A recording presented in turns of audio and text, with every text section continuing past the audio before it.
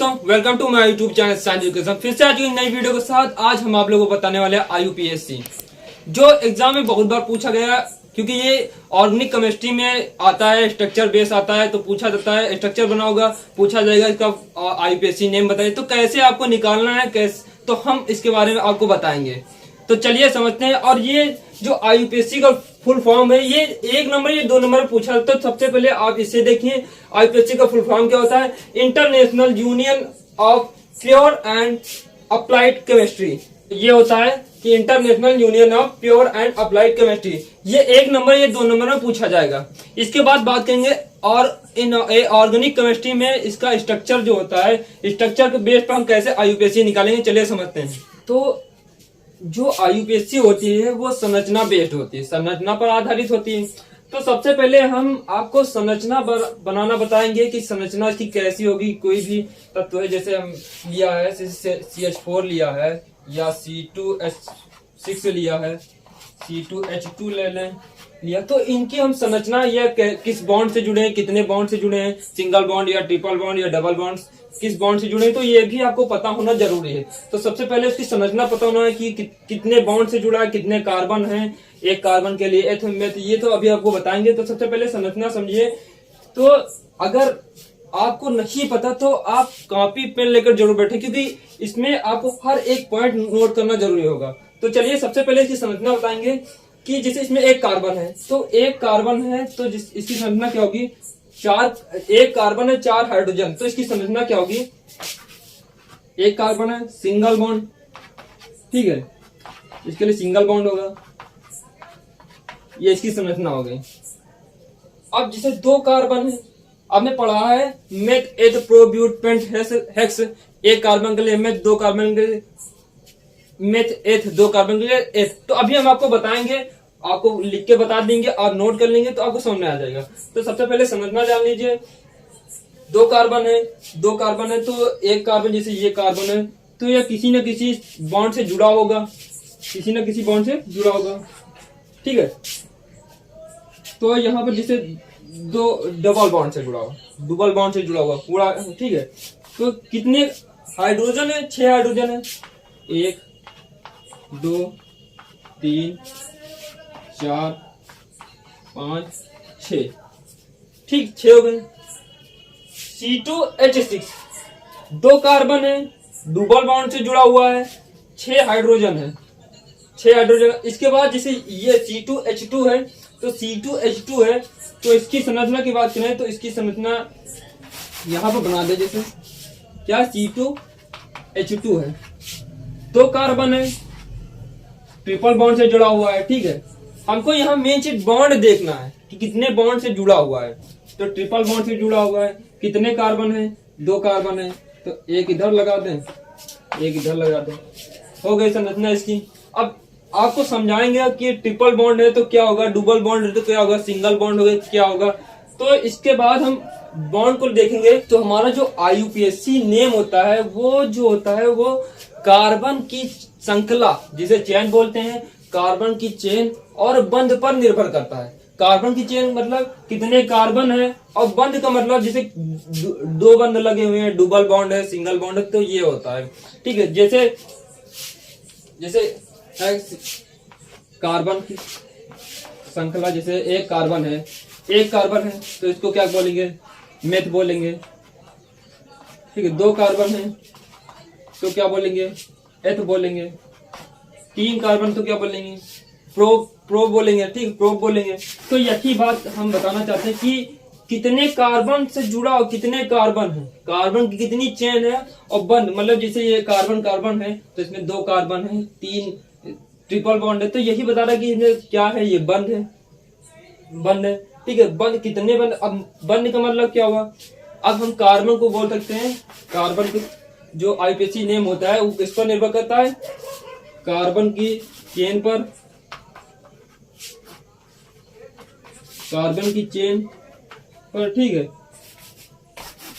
Carbon की chain पर निर्भर करता है। दूसरी बात किस पर निर्भर करता है? बंध पर भी निर्भर करता है, बंध मतलब बॉन्ड। तो हम कार्बन की चेन को क्या बोल सकते हैं? एल को बोल सकते हैं, ऐसे बोल सकते हैं बॉन्ड नेम, बॉन्ड नेम बोल सकते हैं, ठीक है, लिखना बॉन्ड नेम बोल सकते हैं। तो चलिए सबसे पहले हम जानेंगे कि कार्बन, कितने कार्बन से क्या बोला जाएगा। तो चलिए देखते हैं। जो एक कार्बन होगा तो क्या बोला जाएगा, मेथ बोला जाएगा। अगर 2 कार्बन है तो एथ बोला जाएगा। अगर 3 कार्बन है तो प्रोप बोला जाएगा। और 4 कार्बन है तो क्या बोला जाएगा, ब्यूट। 5 कार्बन हो तो पेंट बोला जाएगा। 6 कार्बन हो तो हेक्स बोला जाएगा। अगर 7 कार्बन है तो हेप्ट बोला जाएगा। और 8 कार्बन की बात करें तो 8 कार्बन है तो क्या बोला जाएगा, ऑक्ट बोला जाएगा। और 9 कार्बन को क्या बोला जाएगा, नॉन। फिर 10 कार्बन को डेक बोला जाएगा, ठीक है। इसी तरह कुछ नहीं याद करना है आपको। 1 कार्बन का मेथ, 2 कार्बन का eth, pro, but, pent, hex, hept, oct, non, dec, ठीक है। 1 कार्बन के लिए आप याद कर सकते हैं, नोट कर लीजिए आप। याद करते बहुत आसान है, कुछ नहीं है इसमें। 1 कार्बन में meth, eth, pro, but, pent, hex, hept, oct, non, dec, बहुत सरल। तो आप इसको एक बार देखेंगे, याद हो जाएगा। इसी के आधार पर अगर आपको ये पता है तो जो ऑर्गेनिक केमिस्ट्री है इसमें जो स्ट्रक्चर होता है, अभी बताया कि कार्बन की जो श्रृंखला होती है, कार्बन की चेन, तो उसमें यही ध्यान देखना पड़ता है कि कितने कार्बन है, कि 2 कार्बन है, 2 कार्बन के लिए एच कहा जा रहा है, एच होगा। 3 कार्बन है, प्रो होगा, ठीक है। तो ये आप याद कर लीजिए। तो बात हो रही थी बंध की। तो बंध के लिए समझिए, बंध मतलब बॉन्ड। तो आपको समझना है single bond, double bond, triple bond को क्या कहेंगे। तो सिंगल बॉन्ड है, अगर सिंगल बॉन्ड है तो इसको क्या बोलेंगे, इसको एन बोलेंगे, ANE, ठीक है, एन बोलेंगे। अगर डबल बॉन्ड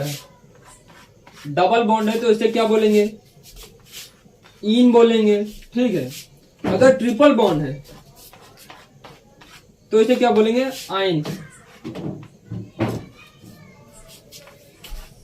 आइन बोलेंगे, ठीक है। इसके बाद जैसे समझने के लिए एग्जांपल, फॉर एग्जांपल देखें तो जैसे एग्जांपल ले लें, अभी समझाया था CH4 है। तो सबसे पहले इसका हम क्या करेंगे, स्ट्रक्चर बनाएंगे। सबसे पहले कैसे जानना, तो जानेंगे। सबसे पहले क्या करेंगे, स्ट्रक्चर बनाएंगे। कार्बन कितने हैं, पहले स्ट्रक्चर बना लीजिए।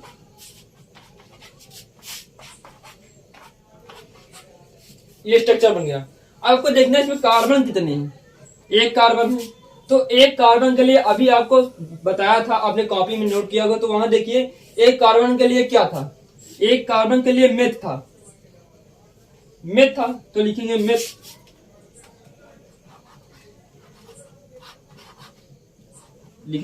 ठीक है। फिर बॉन्ड कौन सा, सिंगल बॉन्ड है, तो सिंगल बॉन्ड के लिए ANE, एन क्यों लिख देंगे, ANE, एन हो गया, मेथेन हो गया। अगर यही बात करें, अगर ये होता यहाँ पर C2 हो जाता, C2H6 होता, तो यहां से क्या होता, C2H6 होता, तो ये क्या होता, C डुअल बॉन्ड, ठीक है, C हो जाता। H6 होता तो क्या होता है, यहां से यस, इसका केमिकल स्ट्रक्चर हो गया। तो यहां से देखना कार्बन कितने हैं, 2 कार्बन है, तो वहां अभी समझाया था कि 2 कार्बन के लिए क्या होगा, एथ होगा।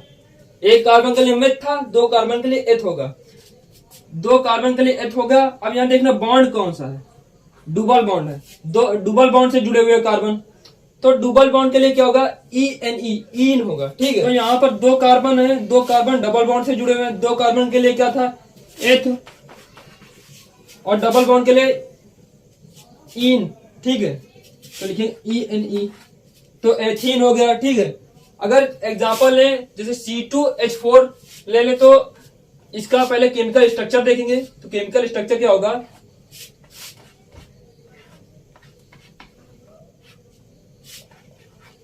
या C2H2 ले लें, ठीक है। तो इसका केमिकल स्ट्रक्चर ये हो जाएगा। और इसके अब IPSC नेम की बात करें तो यहां से देखिए कार्बन कितने हैं। सबसे पहले देखिए कार्बन कितने हैं, 2 कार्बन है, 2 कार्बन के लिए एथ होगा, तो लिखेंगे एथ। अब बॉन्ड देखिए कितने बॉन्ड है, ट्रिपल बॉन्ड से जुड़ा हुआ है, 3 बॉन्ड से जुड़ा हुआ है, तो 3 बॉन्ड के लिए क्या है आइन, तो यहां लिख देंगे YNE। तो अब आप किसी भी स्ट्रक्चर को लेकर चलिए, जैसे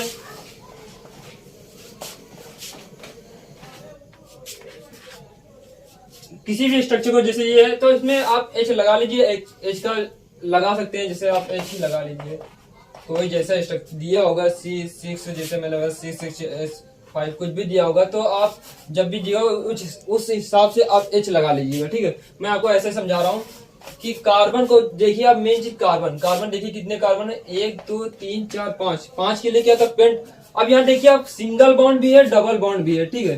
तो सिंगल बॉन्ड और डबल बॉन्ड जब हो, डबल बॉन्ड हो तो सिंगल बॉन्ड को छोड़ देता है क्योंकि वो कॉमन होता है। तो यहाँ से कार्बन कितने पेंट 5 है, तो पेंट लिखेंगे, ठीक है। डबल बॉन्ड है तो ENE लिख देंगे, पेंटीन हो जाएगा। और ऐसे दूसरा देखें,